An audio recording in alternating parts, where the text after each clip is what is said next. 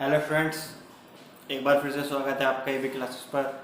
और मैं अश्विंदर आज आपके साथ डिस्कस करूंगा क्लास 11th के चैप्टर परमुटेशन एंड कॉम्बिनेशन के टॉपिक परमुटेशन को। तो चलिए मेरे साथ।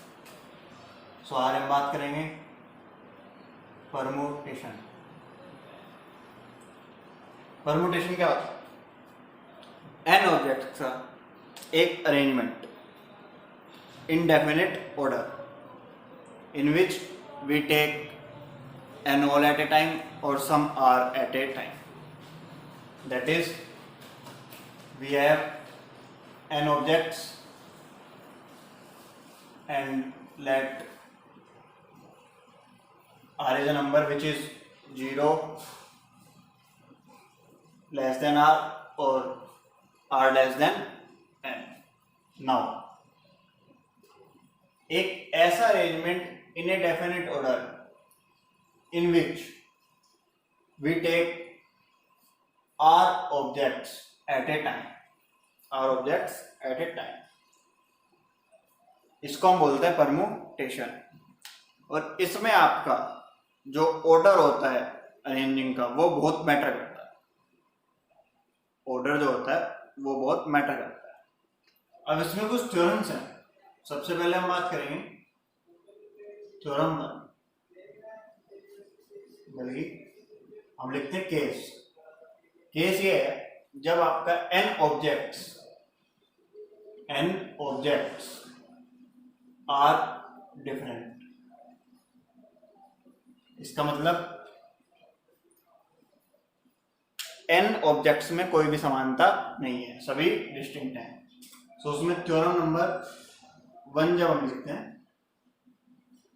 So number of permutation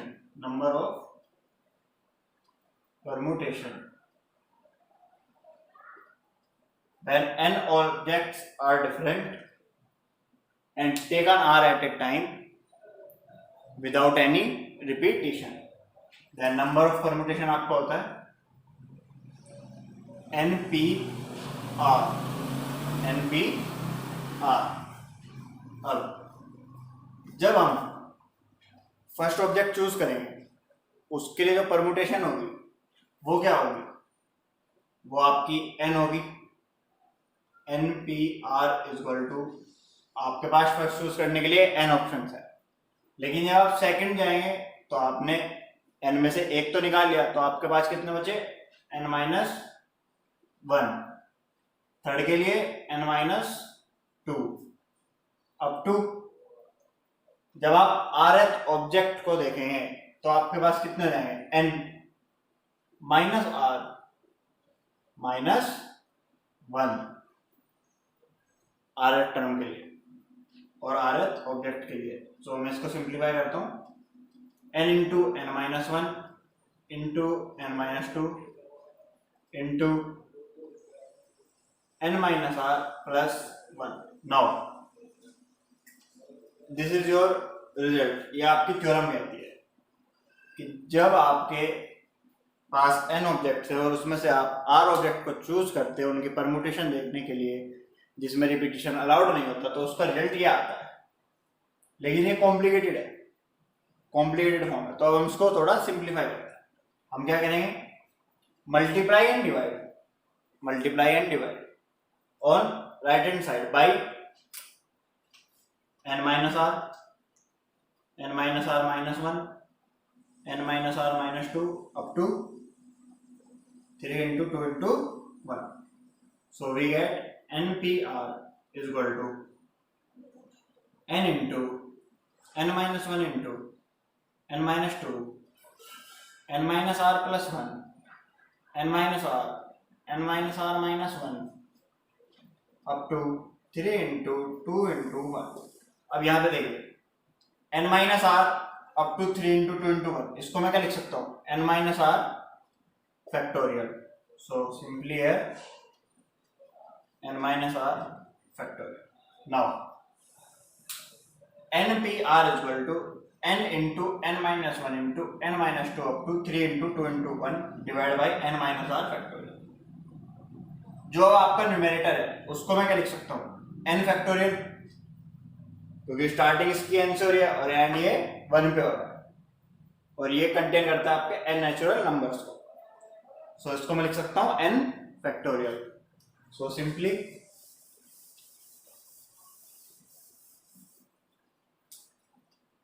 NPR is your n factorial by n minus r factorial when n objects are different and repetition is not allowed. Second case,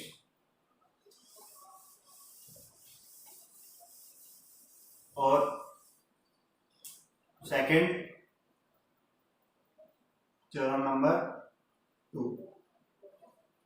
suppose करिए अब आपको problem में दिया गया है कि आपका रिपीटिशन अलाउड है, और केस वही and different objects and taken are at a time.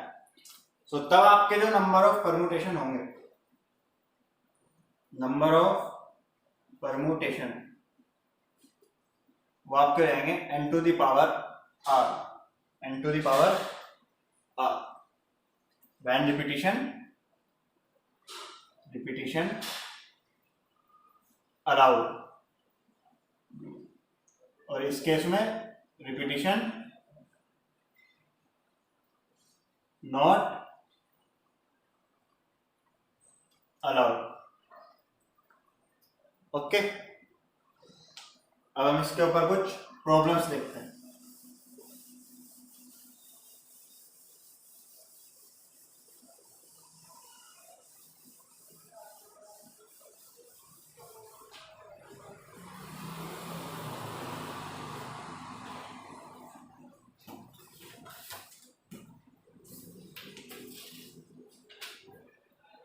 Question number 1, evaluate 12p4. So we have 12p4 value निकालिए। तो solution,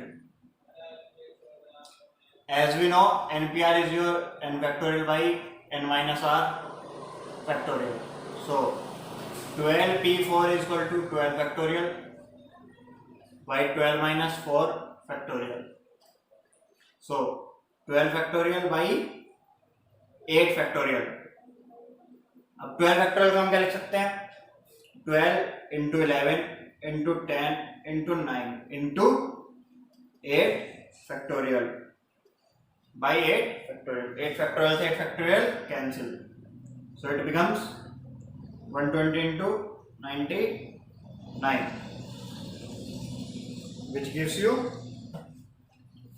11,880. ओके, एक क्वेश्चन और देखते हैं। Second question, find the value of n। Given है हमें np4 by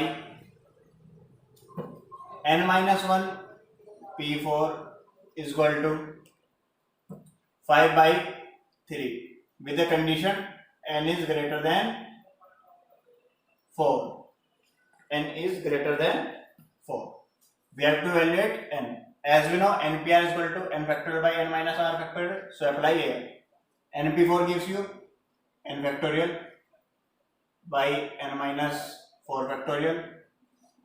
Divide by n minus 1 p4 gives you n minus 1 factorial by n minus 1 minus 4 factorial, which is equal to your 5 by 3. Now इसकी multiply इसमें और इसकी इसमें, so it gives you n factorial by n factorial into n minus 5 factorial, n minus 4 factorial into n minus 1 factorial is equal to 5 by 3. Now n factorial को लिख सकता हूँ n into n minus 1 factorial. So n into n minus 1 factorial into n minus 5 factorial by n minus 1 factorial is equal to 5 by 3. Now n minus 4 का factorial, इसको हम क्या लिखेंगे? n minus 4 into n minus 4 minus 1 factorial, which becomes n minus 4 और n minus 5 factorial. Now n minus 5 factorial से n minus 5 factorial cancel, n minus 1 factorial से n minus 1 factorial cancel, so we get n by n minus 4 is equal to 5 by 3 is equal to 5 by 3. Now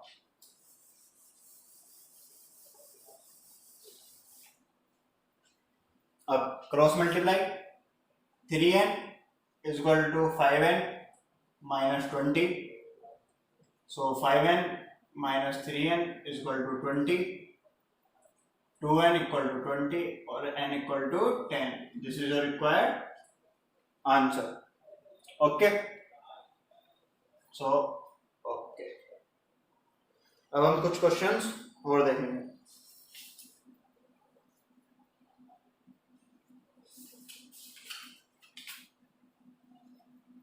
अब हम चलते हैं word problems की ओर. Word problems.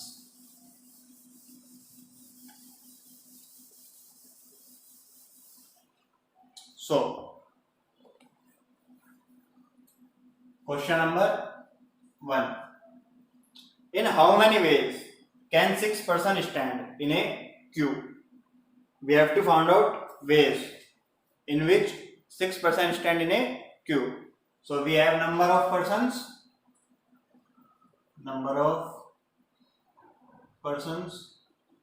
is equal to 6 and say your n and r is your also n which is your 6, so r is your also 6. कैसे? We have 6 places and we have 6 persons. So now आपके पास 6 persons है, 6 आपके पास place है. तब आप क्या करेंगे? जब आपके पास एक पर्सन यहाँ पे आ जाएगा तो आपके पास 5 उपलब्ध होंगे, फिर आपके पास 4 अवेलेबल होंगे, फिर 3, फिर 2 और फिर 1. आपका कोई रिपीट नहीं होगा. तो यहाँ पे हमको निकालने परमुटेशन है. So we can apply here NPR which is your 6p6. Now 6p6 is your 6 factorial by 6 minus 6 factorial which gives you 6 factorial by 0 factorial. 0 factorial is your 1 and 6 factorial is your 6 into 5 factorial. That is, we have to multiply by 6 into 5 into 4 into 3 into 2 which gives you 720. This is your answer or required number of ways. Now अब हम देखते हैं, अब हम कुछ properties देखते हैं. Properties. NPN is your n factorial. First property, NPN is your n factorial. NP0, that is n factorial minus n minus 0 factorial which gives you 1. That is NP0 is your 1. Okay, इन दो properties का use बहुत होगा तो आप इनको याद रखना. अब हम आगे बढ़ते हैं.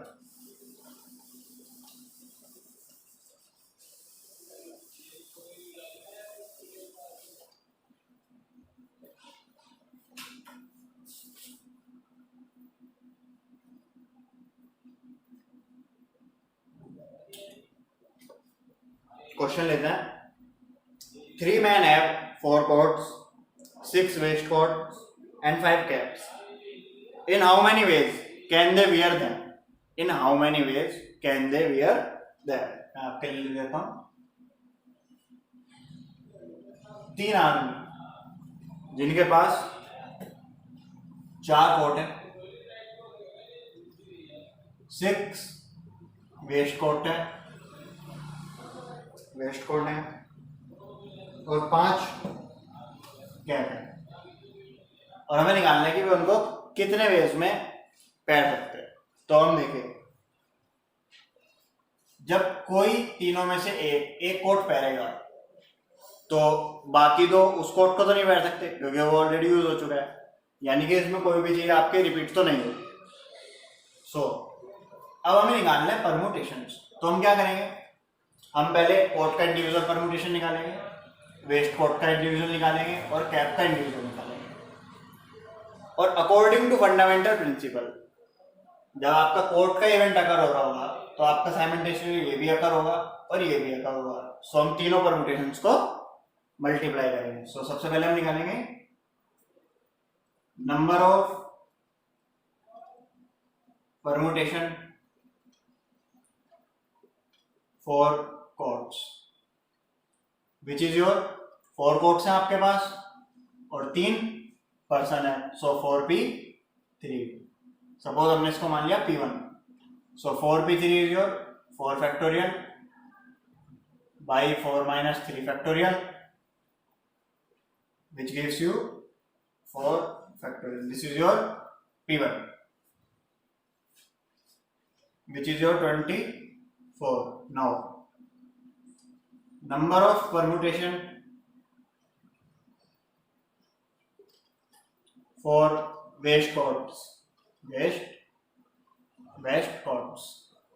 So total number of waste code is 6 और पहनने वाले कितने हैं man 3। So it becomes 6p3। say it is your p2। so 6 factorial by 6 minus 3 factorial which gives you 6 into 5 into 4 which is equal to 120। now similarly we can calculate number of permutation for caps which becomes 5p3। suppose it says p3, 5p3, 5 factorial by 5 minus 3 factorial, 5 into 4 into 3, answer is your here 60। now total number of ways, total number of